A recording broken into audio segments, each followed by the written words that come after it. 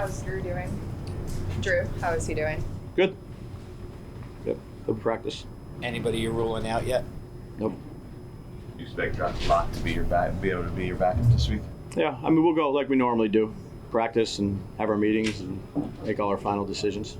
With the 10-3 on the 53 through QBs, the emergency QB is just automatic, though, right? You'll have somebody be that role every week, right? We will.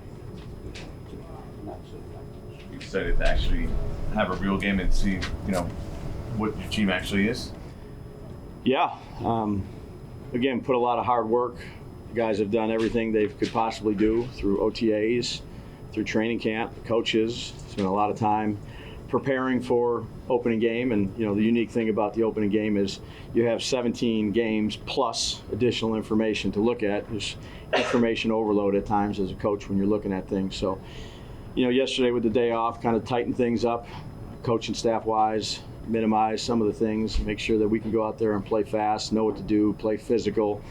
That's what really I'd say the first few weeks are in the National Football League. So, we've done everything we possibly can do. We'll have a good day today, Friday, situational football. I'll go out there and try to compete and play as tough, physical, smart football as we can.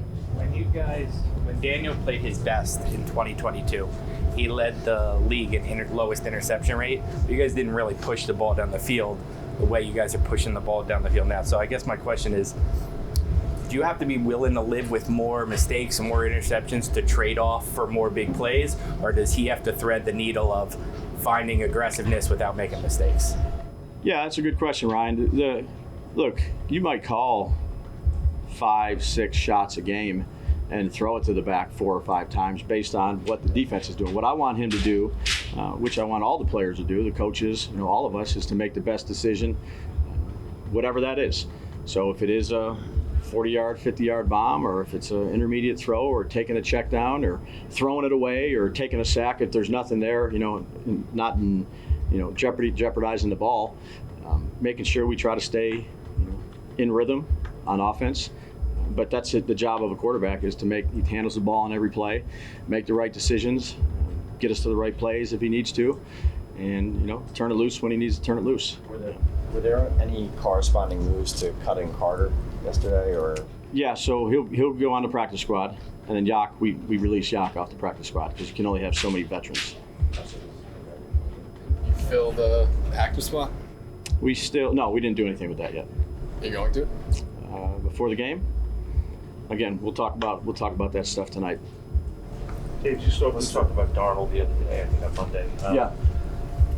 Can you speak to the importance of continuity? He has not a lot of continuity in his career so far, and I'm kind of curious what you see out of him now. And obviously, he seems to be in a much more stable situation. Yeah. Again, I've spoke to this. I got a lot of respect for Sam. Did a lot of work on him and had good communication with him through the whole process. Have gotten to know him over the years. He's pretty close with Josh.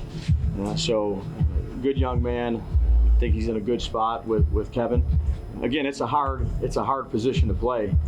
It's a hard position to win at. But last 10 Super Bowls, 7 of them have won by 2 quarterbacks, right? They're right, Brady and Mahomes. So it's not 16 of the last 23 have been won by 5. Roethlisberger, both Manning brothers, Brady and Mahomes. It's a tough position. I think he's in a good spot with Kevin. Got a lot of respect for him. And he's got all the talent in the world, and good young man. Brian. Yeah. Just back to the Coughlin decision. What was motivated? Yeah, I would say good. Yeah, roster management stuff. Yeah, just moving. Yeah, I'll leave it at roster management. Good question for Joe, but that's where we're at. Do you expect Jacob Johnson or Jakob Johnson to be back? Yeah, again, all those things. We're week to week here. We're moving, shuffling things around. I'd say that happens probably with a lot of teams in the early part of the year. What's your plan at the second cornerback spot? We'll find out. We'll go today. Drew will take a bunch of reps. We'll see how he feels. I think he feels good. Quarterback? Cornerback. Corner. Oh, yeah. We'll make that decision. We'll have someone in mind. Would you like to have one guy play the majority of snaps, or could you have a different guy series to series? Yeah. Again, we'll talk about that after practice today. What are you seeing from Adoree? He looks good. Yeah, in shape. He's had a couple good practices, picked up the system well. He's been with Shane before. So encouraged by the last few days with him. Is he in football shape enough, I guess, game shape at this point? Yeah, he's done a good job in practice. We've upped his reps. He's been out there. It looks good. What are your expectations for Daniel this season? What do you want to see from him? Yeah, I would just say we're focused on Minnesota. So again, making the right decisions, putting the ball where it needs to be put, taking care of the football. He's done a good job up to this point. OTAs, training camp, done everything he possibly could do to get ready for this game. How much are you expecting him to be more of a playmaker, though? Maybe is that? But I know kind of along the lines of what Ryan said before. You want to throw the ball down the field more, take more shots, possibly. Are your expectations for him that you need him to make more plays? Yeah, I expect him to go out there and do everything he can do to play as good as he can play. Know the game plan, which he does. And then whatever those decisions are, I mean, again, like I said, it's a tough position to play.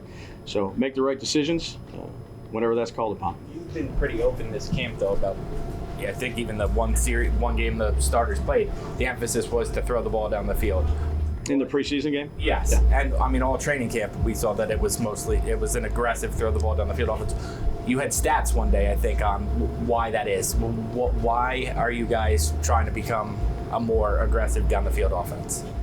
Well, I just say we're trying to be as good of offense as we can. So again, whether that's down the field, intermediate, run game, inside, outside, usually takes 11 guys to operate a successful play.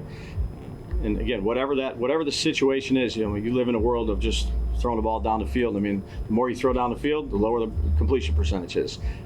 Staying on track is important. Being able to execute all facets of offense is really important, not just one area. But big plays help.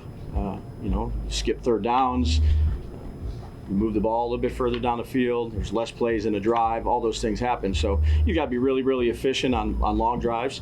And again, the amount of big plays that happen each and every year it's small, but it is significant in terms of outcomes of games and points. Dave, you mentioned information overload, like from a coaching perspective going into the weekend.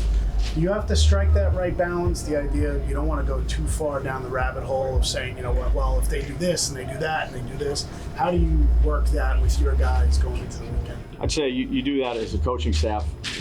That's what you do right now this time of year. You study as much tape as you can. You have those conversations, and then you boil it down for the players to digestible information that they can handle.